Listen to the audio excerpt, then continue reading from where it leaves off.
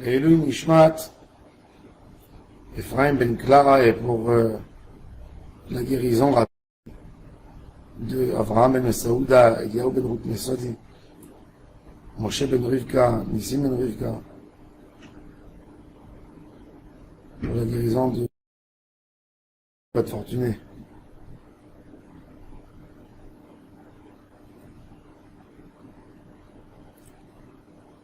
Aujourd'hui, on a fini maintenant ce soir Yom HaShoah.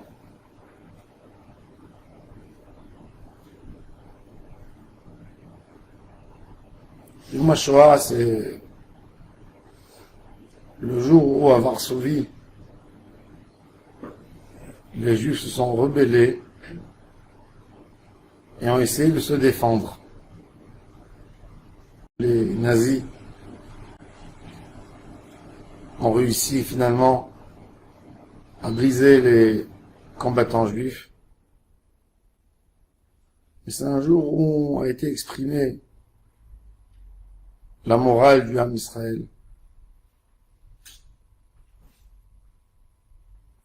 Les Juifs ont toujours fait attention comment on se bat. Et la victoire n'était jamais un but. Le but était de sauver nos âmes. C'est ce qui guide le Ham Israël toujours. Pas une victoire à tout prix, même si on tue tout le monde. Et ça, c'est la différence entre Ham Israël et les Goïm. Il y a eu des grands moments dans le Ham Israël où Kadosh Baruch Hu a montré à tout le monde qu'il est là, en montrant les Nissim, les grands miracles. Yitziat Mitzrayim, Kiryat Yam-Souf, Matan Torah, Yericho, la conquête de Yericho. Des histoires incroyables qui tracent l'histoire juive. Et il y a eu des moments qu'Akadosh Baruch Hu a exprimé sa présence en se cachant du peuple juif. C'est aussi Hachem a montré qu'il est là. Hachem a montré qu'il est là, même dans l'horreur. Il a décidé d'exprimer sa présence à ne pas agir. On ne veut pas qu'Akadosh Baruch Hu s'exprime de cette manière, mais c'est une manière de s'exprimer. C'est une manière de s'exprimer quand il y a une naissance, comme la parasha Tazria qui ouvre, avec une joie énorme. Il n'y a pas plus beau que cette joie. Une naissance. Une naissance. Isha ki Tazria. Ve'aleda Zachar. Magnifique. Une nouvelle vie. Elle a donné vie. Il y a un nouveau enfant qui rejoint la famille. Il y a la joie de la Brit Mila. Il y a une joie de créer, de grandir, de se développer. Un peu après, il y a les règles de la lèpre. Ce qui casse au début la maison de l'homme avec des taches. Les gens s'éloignent de cette maison, du quartier. Puis après, les gens s'éloignent les uns des autres parce qu'il y a déjà des taches sur les habits. Et après, le lépreux, il doit s'éloigner même de sa femme et de ses enfants et de son entourage le plus proche. Et là-bas aussi, Akadosh Baruch Hu exprime sa présence très dure, très très dure. Présence dans le mal. Et ce qui est magnifique dans la Torah, c'est que même quand l'homme passe ses moments les plus durs, il y a des règles à suivre. Les règles à suivre sont pas que des règles à suivre dans des moments de joie, comment célébrer un mariage, comment faire une brit mila, comment faire une bar mitzvah, comment monter au Beth Amikdash, comment amener des maasrot. Non. Il y a des règles pour le deuil, pour le lépreux, qui est obligé de crier à haute voix à tout le monde. Tamé, tamé, ikra. Il appelle tout le monde et il leur dit, je suis impur, éloignez-vous de moi, éloignez-vous. C'est quoi ce but d'éloigner tout le monde? Ce but, c'est de comprendre quelque chose. Un homme, dans la vie, même quand il est dans les moments les plus durs, vous savez, chacun, il a des moments. Comme il dit Rabbeinu Bachya dans Chovot Halevavot, les jours de la joie, les jours de l'amour et les jours de la haine. Les jours de l'amour sont des jours que le cœur de l'homme est ouvert à tout. Ce sont des jours où il peut aimer, où il peut faire des amis dans sa vie, où il a la pêche, où il a envie de commencer de nouveaux projets, de réussir, où il est plein d'ambition, de motivation, il a envie de sortir, de se promener, de bouffer le monde. Il y a des jours où il haït tout le monde, où il se haït à lui-même, où il n'y croit plus dans sa force, il n'a aucune motivation, il ne veut pas développer son réseau social, même le réseau existant, il se sauve de lui, il se renferme. Et des fois, il comprend même pas ce qui se passe avec lui. Il s'éteint. Il s'éteint. Ce sont des jours terribles. Et l'homme doit savoir, même quand il est dans ces jours où rien ne marche, il doit se rappeler qu'il n'a pas envie d'être là-bas. J'ai pas envie de rester là. Pas envie de vivre cette vie, ça ne me convient pas. Je ne peux pas rester ici.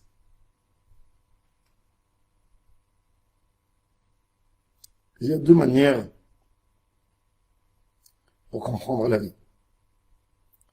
Rabbi Elimelech de Lijensk, avec son frère Rabbi Zusha, ils avaient un grand débat qui s'est étalé sur une vie entière.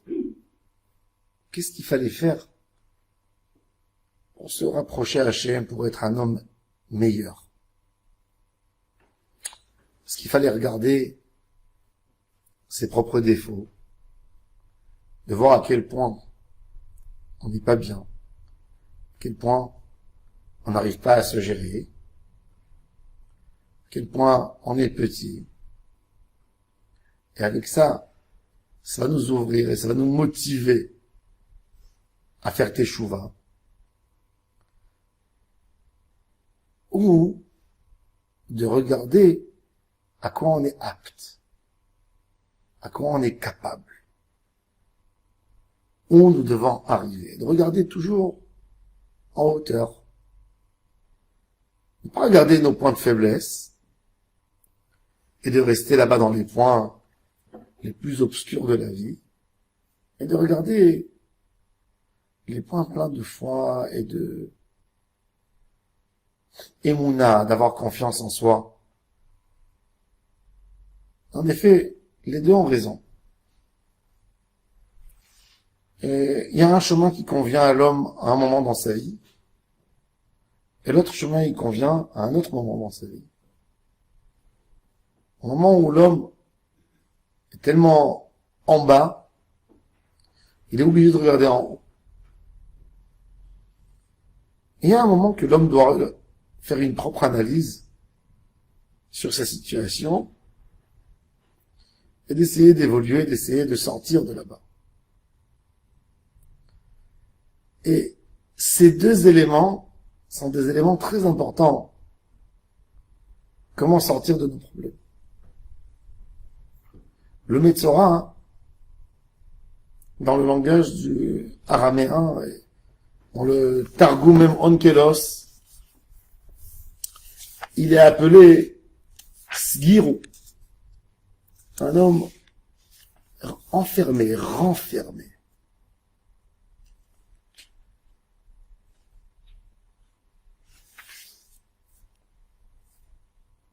Et la tzarat, elle s'appelle Sgirou, Nega Martash. Martash, c'est l'irtosh, c'est piler la peau, casser le corps. Sgirou, c'est être fermé. Sagour. Tout est fermé pour un homme comme ça. Donc il suffit de se rappeler un peu du Covid au début. Le Covid, comment c'était dur. Comment, dès que quelqu'un toussait à côté des autres, au lieu de lui dire taïch, taïch, tout le monde se sauvait. Il y avait un gars, il est rentré à la banque au début du Covid avec un masque. Ils lui ont dit, tu as le Covid? Il a dit, non, je suis revenu pour faire un hold-up. Il a été rassuré. Les gens, ils pensaient qu'ils allaient mourir. Le Metzora, à l'époque, c'était plus ou moins ça. Il marchait dans la rue. Quand il y avait quelqu'un qui s'approchait de lui, il criait, Tamé, Tamé, Tamé, Tamé, éloigne-toi, ne me touche pas. Ne m'approche pas, c'est dangereux pour toi. Tamé, Tamé, il craint. Sa femme y a hâté, au niveau de la moustache, il couvrait depuis les narines jusqu'à la bouche en bas, pour ne pas jeter de la salive, que ça touche quelqu'un. Tout le monde s'éloignait de lui. Il rendait impur, même s'il y a quelqu'un qui, lui, il est sous un arbre, sous l'ombre, et il y a quelqu'un qui passe, sous l'arbre, il reçoit une tour.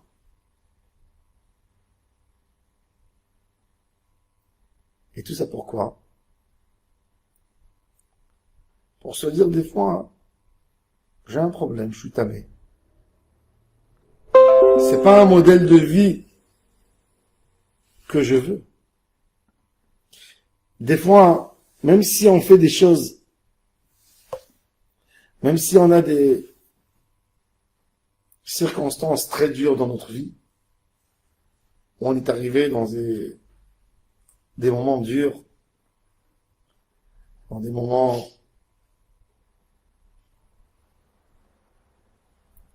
où on n'a plus de confiance en nous-mêmes, même dans ces moments-là, on n'a pas à oublier le Hémet. L'homme, malheureusement, s'habitue à tout. Vous savez, un homme qui était riche et qui a perdu son argent. Très dur pour lui de passer d'une belle maison à un petit appart, d'une belle voiture à une ferraille, pour sa femme, de ne plus avoir une femme de ménage, de ne plus avoir... La vie est dure. Mais on s'habitue, on s'adapte. Un homme normal, je ne parle pas, il y a des gens qui prennent très dur et qui finissent très très mal. Je parle de la moyenne des gens. L'homme a en lui ce modèle d'adaptation. Il s'adapte. Il s'adapte à tout. Un homme qui vit dans un pays chaud, il va aller dans un pays froid. C'est pas parce qu'il a déménagé dans un pays froid que la vie va se terminer. Il sortira avec des manteaux, il va se plaindre. Il va être enrhumé de temps en temps. Mais il va s'habituer. Et le contraire, pareil. L'homme s'adapte à tout. Mais il faut surtout pas s'adapter à des mauvaises choses. Quand quelqu'un, il sait qu'il a pris un grand coup dans la Avodat Hashem, dans ses midotes, les mauvaises circonstances lui ont fait perdre la Emouna, lui ont fait perdre ses bonnes qualités qu'il avait. Il avait une patience pour tout le monde, devenu impatient, devenu coléreux. Cet homme n'a pas le droit de s'habituer à sa nouvelle situation et de dire c'est comme ça.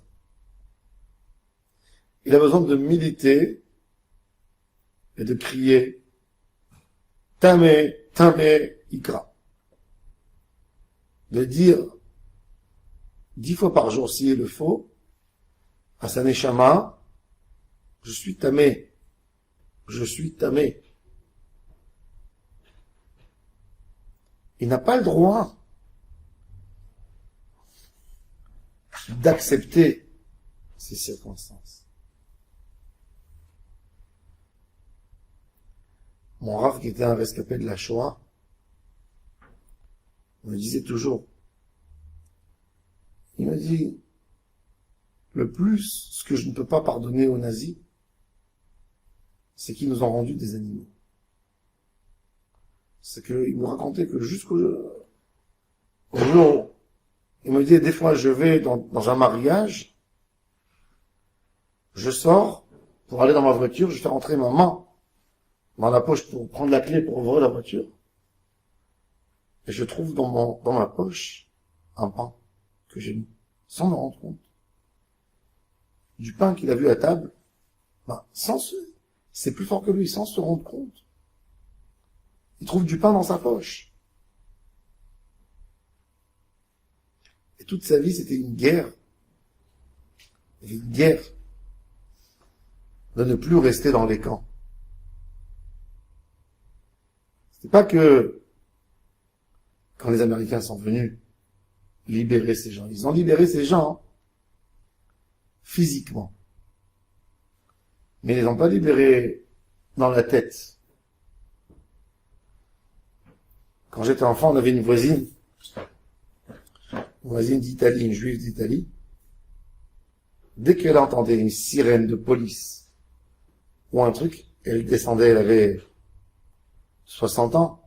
C'était une rescapée de la Shoah, elle a passé les camps. Elle descendait, elle rentrait chez nous à la maison, elle allait se cacher sous un lit. Elle disait, ils sont en train d'arriver, ils sont en train d'arriver. Qui est en train d'arriver, tata? Qui? Ah non, ils sont en train d'arriver, sauvez-moi, sauvez-moi.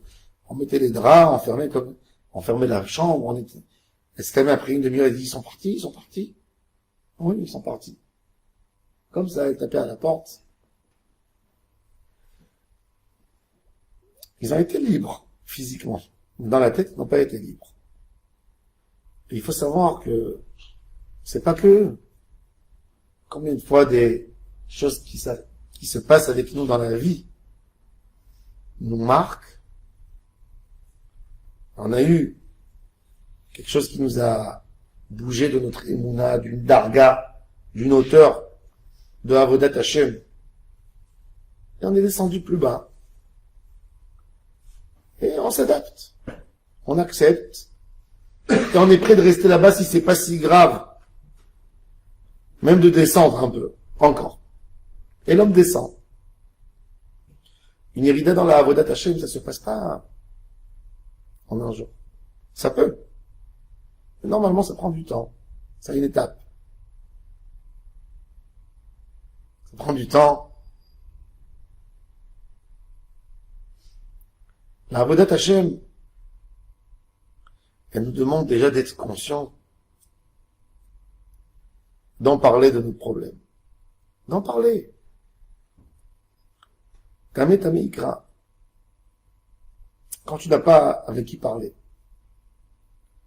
Le Betzora, il va rencontrer le Kohen quand il aura déjà commencé à faire un travail. Sa rencontre avec le Kohen, le tzaddik de la génération, sera quand il aurait décidé de parler de son problème. Là, le Kohen, celui qui garde tous les secrets du Ham Israël dans son cœur, parce que quand il vient de se repentir et d'amener un sacrifice au Beth Amikdash, le Kohen, il est associé à tout. Il entend tous les problèmes. Pourquoi tu amènes ce korban? J'amène à Hacham, Shifra Harouva, Hacham Jumon. C'est parti avec une... ouais. Il sait. Hacham Me'ilot, il a volé. Hacham Gzelot, Shvoa Chav, il a menti. Le Kohen, il sait. Et avec tout ça, il garde un sourire. Il garde de l'amour pour l'homme qui a amené le sacrifice. Pour être son chaliard, tu dois l'aimer. Tu dois être à sa place. Si tu es dégoûté de lui, tu es dégoûté de son passé, tu ne peux pas amener pour lui un korban. Le moment où tu as eu un dégoût ou un rejet total de ce qu'il est, cet homme, tu n'es plus capable de le représenter. Tu n'es plus capable d'être là pour lui. Et donc, le Metzora, il apprend, ça lui fait du bien comme kapara, comme réparation sur le Lachon Hara qu'il a parlé. Mais avant tout ça, c'est d'être capable de parler de mon problème. Et quand on a parlé de son problème, c'est le plus grand des tikkunim qui se fait. C'est le plus dur. Parce qu'un homme, il a une très grande tendance à trouver un prétexte pour tout ce qu'il a fait. Il n'y a pas un homme que dans sa tête, il est fauteur. Et justement, aujourd'hui, dans la vie moderne, quand un homme il a des sentiments de culpabilité, trop de culpabilité, on l'envoie chez le psy. C'est quoi ça? Arrête! Et tout le monde lui dit, mais arrête!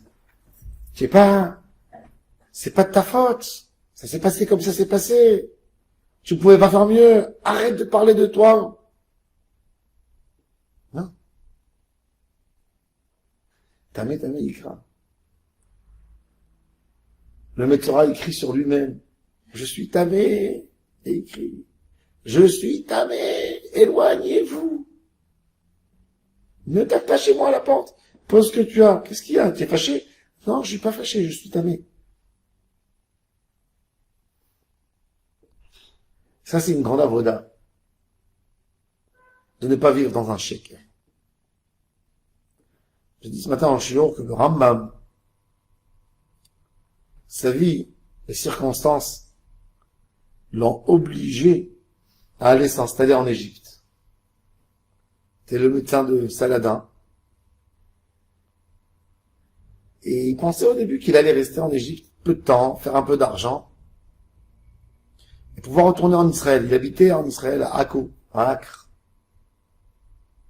Mais son frère, qui était son associé, son meilleur des amis, son frère David, est mort dans l'océan Indien. Le Rambam avait en charge à nourrir son papa Rabbi Maimon et la veuve de son frère et ses enfants, donc, devaient aller en Égypte. Mais son programme du Rambam c'est de rester en Égypte un moment et de retourner en Eretz Israël. Et quand il est arrivé en Égypte, il a vu qu'il y avait une très très grosse communauté de Karaïtes. Ceux qui ne croient pas dans la Torah orale. Et il a décidé de renforcer le judaïsme égyptien. Mais, lui, sa place, sa vie, son cœur, était en Eretz Israël. Il s'est pas dit, dans la tête et dans sa bouche, je fais une grande mitzvah. Il s'est rappelé tous les jours que pour lui, c'est un échec de rester en Égypte. Alors, chaque lettre qu'il signait, il écrivait, voici les paroles de celui qui transgresse tous les jours 3 interdits de la Torah, de ne pas retourner en Égypte, de ne pas vivre en Égypte, de ne pas... 3 interdits de la Torah, Moshe ben Maimon. Comme ça, il signait toutes ces lettres, toute sa vie quand il était en Égypte. C'est-à-dire, quand on a un problème en nous, faut pas l'accepter. Le plus grand des problèmes de la Neshama, c'est qu'on accepte nos problèmes. On accepte nos défauts. Et on dit à l'autre, surtout, celui qui vit avec nous, ne me change pas. Ne me change pas. Tu veux me changer, pourquoi moi je veux que tu changes? Moi je t'accepte avec tous tes défauts. Toi tu m'acceptes comme je suis. Ça, c'est encore, tu sais, une histoire de fierté, de société. Je suis comme ça, c'est tout. Mais la question, c'est même pas sur le conjoint. Est-ce qu'il t'accepte ou il t'accepte pas? C'est comment toi, tu t'acceptes à toi-même. C'est ça la vraie question. Tu te vois comme ça toute ta vie. Tu peux changer. C'est pas que tu ne peux pas changer. Pourquoi tu veux vivre dans ce modèle? Parce que t'as pas envie de faire un effort. L'effort t'embête. L'effort te gêne. Alors, t'as plusieurs réponses pour expliquer pourquoi tu veux pas ou tu ne peux pas changer. Tu peux dire c'est pas maintenant. Il y a plein de réponses. Énormes. Énormément de réponses pour expliquer et se convaincre pourquoi nous ne pouvons pas changer. Pourquoi on ne veut pas changer. Mais toutes ces réponses, c'est du shaker. C'est un gros mensonge. Ce mensonge, il s'exprime dans le mot tse metzora, motsira. Ce metzora, il se retrouve avec des tâches où il ne peut plus cacher ses problèmes. Tant que l'homme est capable de cacher ses problèmes, les gens ne voient pas, ça peut continuer. Regardez comment un homme se vexe.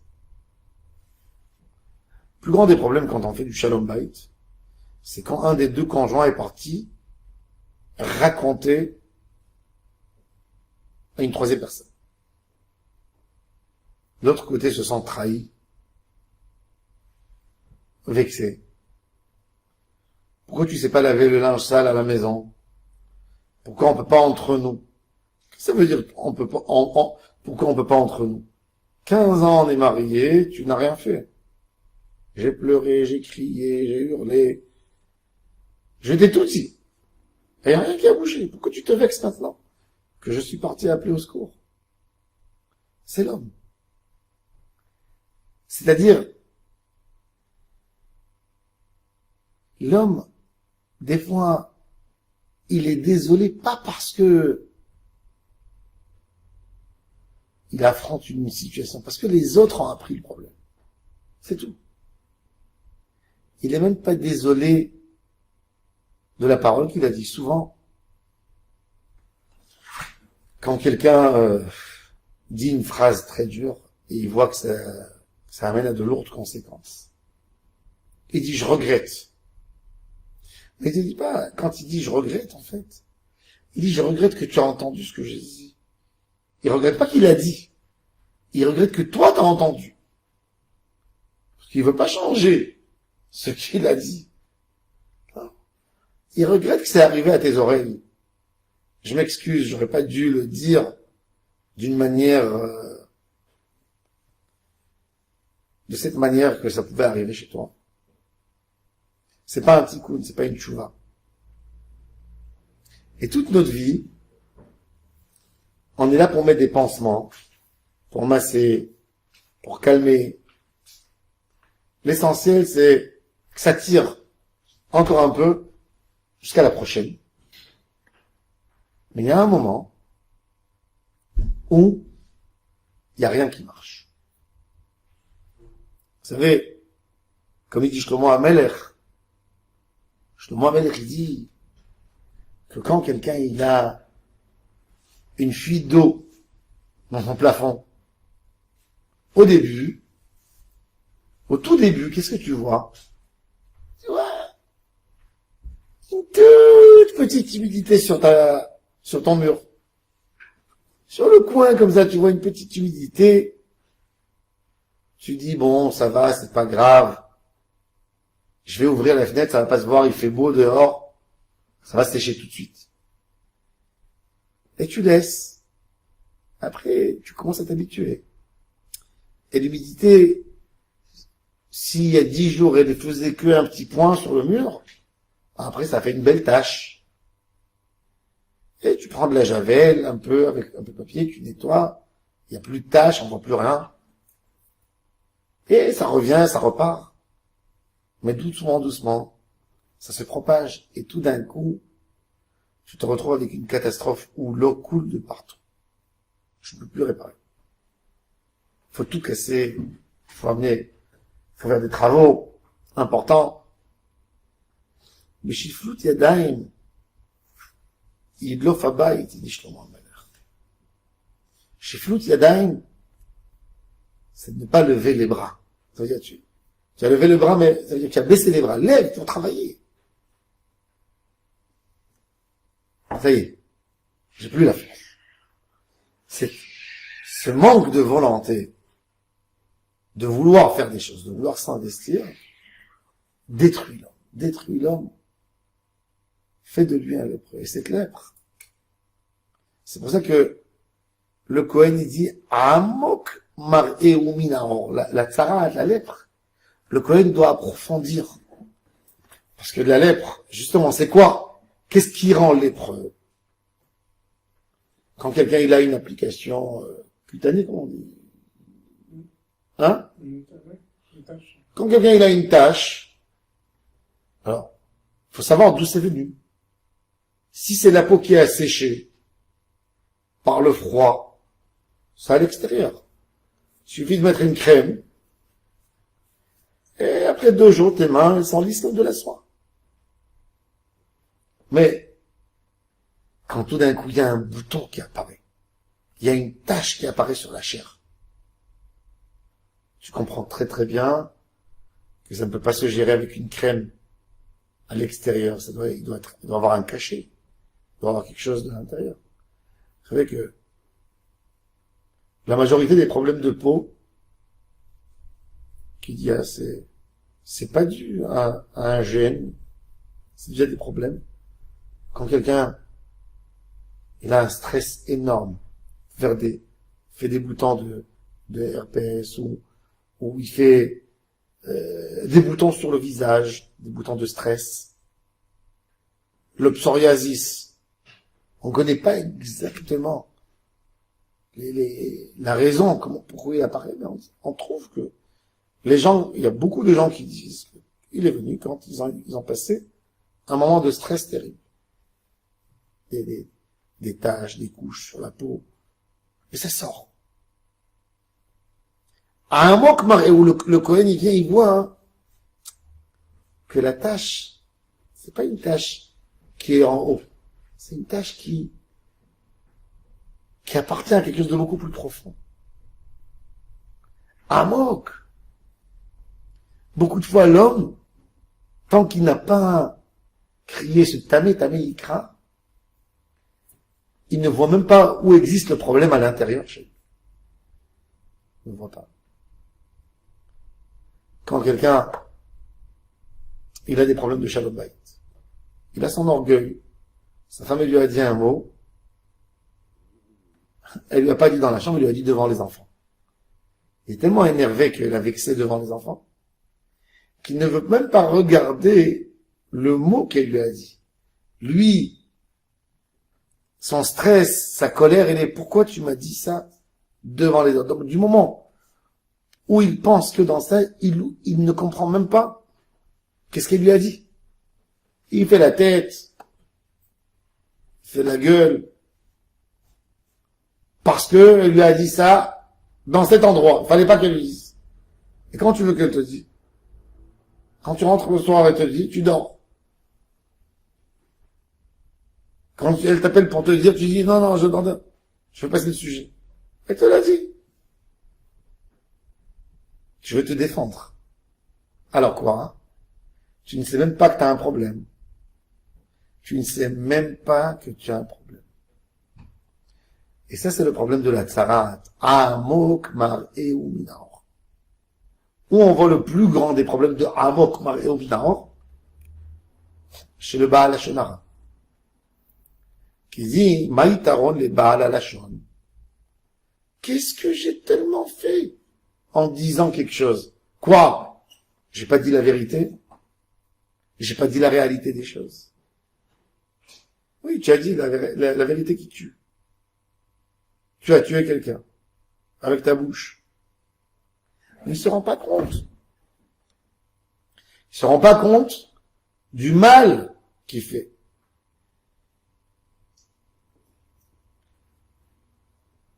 Le tamé, il craint. C'est répéter. Et répéter, et répéter. Il y a un problème.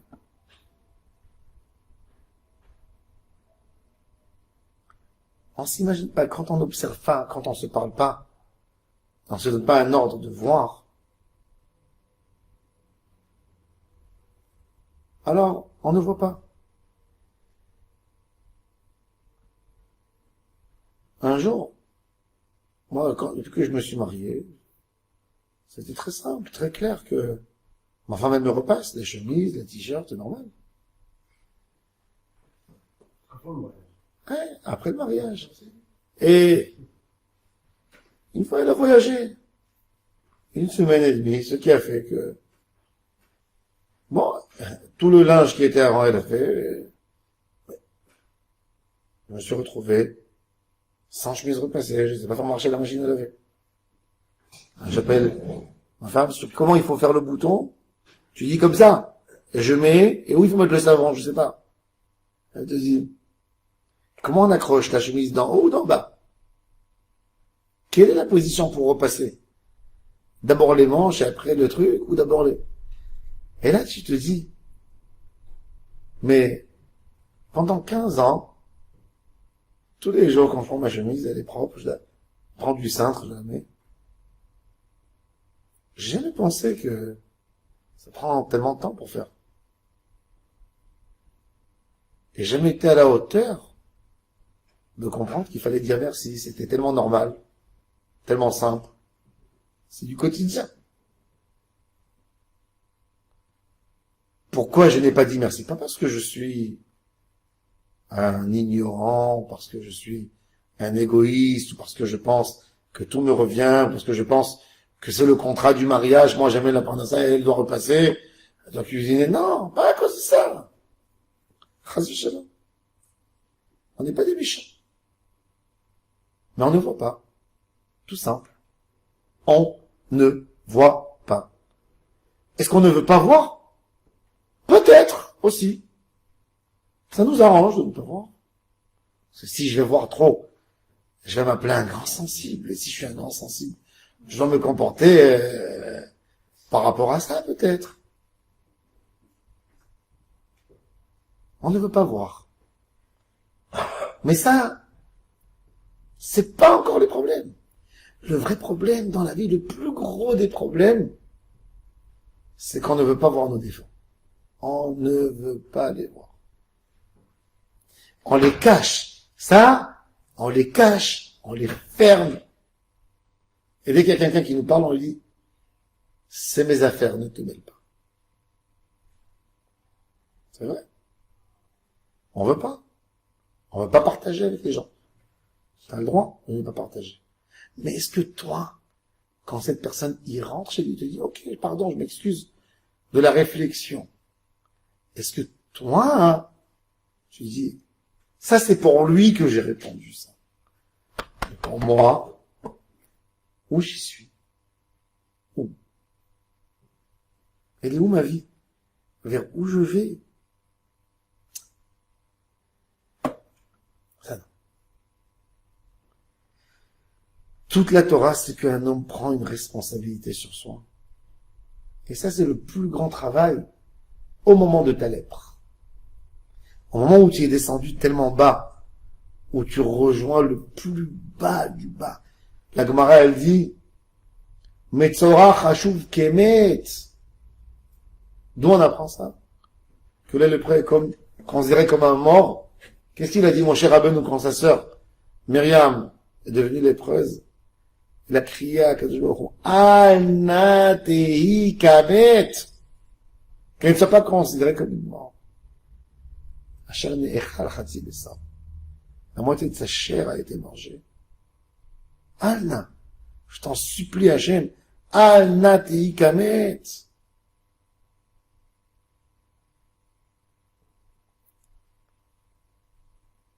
Un mort. C'est quoi un mort? Un mort, on pleure sur lui. Pendant la Shiva. Pendant les 30. Un plus petit espède. Pendant l'année, déjà, il y a un repas. Bassari. Ascara. On parle du regretté. Et c'est fini. C'est fini. La vie est plus forte que tout. Ça court, la vie. On pleure, après, il y a des petites émotions de temps en temps. Le lépreux, c'est un mort qui pleure sur soi. Au début, quand il a eu les boutons de lèpre, c'est une catastrophe. Quoi? Je ne peux plus sortir dehors.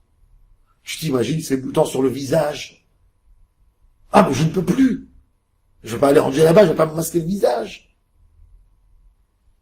Il reste à la maison. Et c'est des gros boutons, c'est pas des boutons simples. La lèpre, à l'époque, c'était une maladie très contagieuse. Aujourd'hui, grâce à Dieu, on a des traitements pour s'occuper de la majorité de la maladie de la lèpre qui est mentionnée dans la Torah. Ce qu'on appelle aujourd'hui psoriasis, c'est du jeu d'enfant avec tout le mal qu'il y a là-dedans. Avec tout le mal qu'il y a là-dedans, c'est un jeu d'enfant. Par rapport à la lèpre, quand j'étais enfant, j'habitais dans un quartier à Jérusalem, Katamon. Et il y avait là-bas à Katamon, il y avait de l'époque des Anglais, l'hôpital des lépreux. C'était un endroit, il y avait encore des barrières. Et on nous racontait, là-bas les lépreux, ils allaient là-bas, tout ce qui rentre ne sort plus. Les gens qui leur donnaient à l'époque, avec les conditions de l'époque, avec des masques et des choses. Il y a une question dans les livres de Poskin, est-ce qu'on a le droit d'amener à un lépreux une paire de téphilines, sachant que il sera obligé d'être brûlé après sa mort? Parce qu'il n'y a rien qui sort de là-bas. Rien.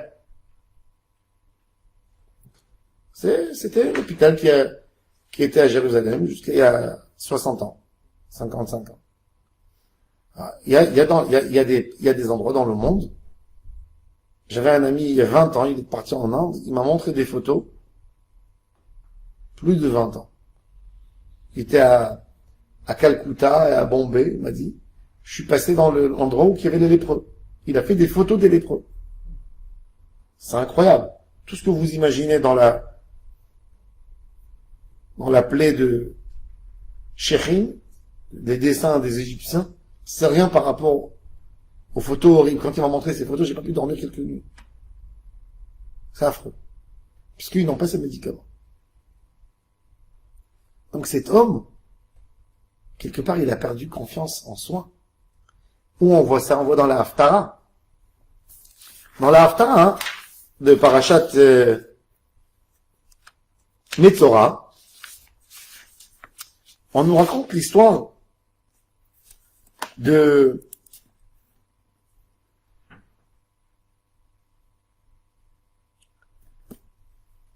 quelques lépreux. Ces lépreux, c'était Gehazi et ses enfants. Il a été maudit, Gehazi, de prendre sur lui la lèpre de Naaman. Elisha l'a maudit. Cette histoire, elle est racontée dans l'histoire de Elisha. Et dans Melachim, bête, Père Exaïn en parle de l'armée de Aram qui est venue faire la guerre, qui a assiégé toute la ville de la Samarie. Le prophète Elisha, il a dit qu'ils vont partir. Et bon. Et il a dit, il va y avoir de la récolte, etc. Bon, vous allez voir dans la Haftara. On la lit, c'est cette haftara qu'on lit, même quand on a Tazria, Metzora, Mechoubarot, on lit pas la haftara de Tazria, on dit c'est le Metzora. C'est Shabbat, c'est Mechoubar. Et là-bas, il dit un des lépreux aux autres, on est des hommes morts, de toute façon. Venez, on essaie, on tente notre chance, et on rentre dans le camp de Haram pour voir s'il y a à manger. Et finalement, il rentre, il voit qu'il n'y a personne, tout le monde a pris fuite. Donc il dit, c'est un péché si on ne va pas dire à nos frères qui sont dans la ville, n'ont pas de quoi manger. Donc il court, il leur dit, voilà, ils se sont sauvés, et bon, le prix de la nourriture descend, etc. Un lépreux, il n'a pas de vie. Metzora, Chashuv Kemet. Mais le Metzora aussi, parce qu'il a rendu des gens de la société comme des morts. Il y a des gens dans la société qu'on a fait sur eux du Lachon. À un point où ils ne sortent plus de la maison. Où ils sont considérés comme des morts. Des morts vivants. Sans bouton, sans rien. Alors Hachem nous fait des réflexions, mais pour guérir, il faut parler. Le premier tikkun du Metzora, c'est sa parole. C'est de se dire qu'il est tamé. Si il n'a pas voulu accepter, s'il n'a pas fait une hitbo des doutes qu'il était enfermé, et il s'est pas dit les mots qu'il doit se dire, il ne pourra jamais se purifier. C'est ça tout le ta'alir du tikkun. Des fois, on apprend du fait qu'Akadosh Baruch Hu se cache de nous. Et c'est ça l'idée. L'idée, c'est comment prendre une situation dure dans notre vie et faire d'elle quelque chose qui nous aide, qui nous donne un élan. Comment prendre tous les mashberim, les choses dures qui nous sont arrivées dans notre vie et de faire mieux. Comment prendre une grosse histoire de Shalom Bayit qui t'est arrivée et de faire de ça un jus. Ça a été pressé comme un citron, mais ne jette pas le jus par terre. Prends-le, garde-le. Vis avec ça. Prends-toi des points de cette histoire. Que tu as compris ce qui fait mal à l'autre. Tu as compris à quel point ça t'a fait mal à toi. Et tu prends des leçons de ce qui s'est passé. Tu t'assois avec cette histoire. Tu casses pas le froid en invitant ton conjoint à aller, viens, on sort au restaurant, on finit l'histoire. C'est pas comme ça que tu vas finir. C'est de prendre des vraies leçons. Un vrai travail. Et là, le lépreux, en fin de compte, il va retrouver une liberté comme un oiseau. C'est pour ça que son corban, c'est d'amener des oiseaux. Deux. Une qui sera libre, et une qui sera égorgée. Les oiseaux, ils parlent. Mais la liberté, l'oiseau, c'est quoi? C'est un signe de vie. Un élan. Tu prends quelque chose, tu revoles en haut. C'est fragile, oui, l'homme est très fragile. Comme un oiseau. Un oiseau, c'est hyper fragile. Un coup, c'est fini. Mais en même temps, il peut voler très haut. Et de prendre toutes ces notions. Tout la paracha de Metzora, c'est Hitbonenut, les Hitbonen.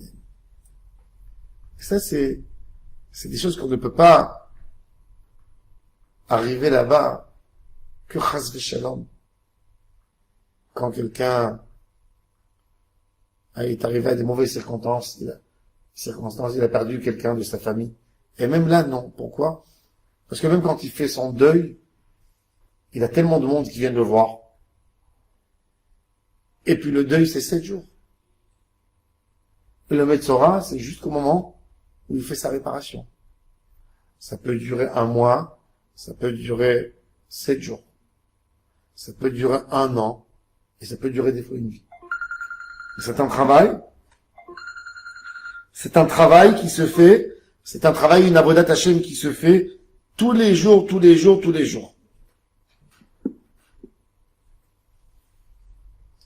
Et ça, c'est le hikar de toute la Torah. Ça, c'est la leçon qu'on a besoin de recevoir du Metzora. D'être capable de faire un petit coup, d'être capable de prendre un échec total, une épreuve, et de faire de ça quelque chose pour monter, pour évoluer. Ne pas s'enfoncer dans la peine, dans la douleur, et d'accuser tout le monde. Non. De comprendre notre problème, de fouiller, d'être prêt de fouiller, d'être prêt de crier, d'être prêt de demander de l'aide. Là, c'est quand quelqu'un il a obtenu ça, il a obtenu la vraie victoire, ce qui va l'aider dans sa vie, ce qui va l'aider à évoluer, ce qui va l'aider à arriver à une avodat Hashem pure, à retrouver confiance en soi. Rachim Izaki Otano, ne pas laisser, il y a des choses qu'on n'a pas envie de parler, on dit, ah, ça c'est un problème, j'ai envie d'oublier. Si ça n'a pas été réparé, c'est chaval d'oublier. Ça va revenir. Ça va revenir. D'être capable, d'être courageux, d'affronter. D'affronter et de comprendre comment sortir du problème et évoluer et se rapprocher à Hashem Barach. Baruch Adonai Leolam. Amen. Amen.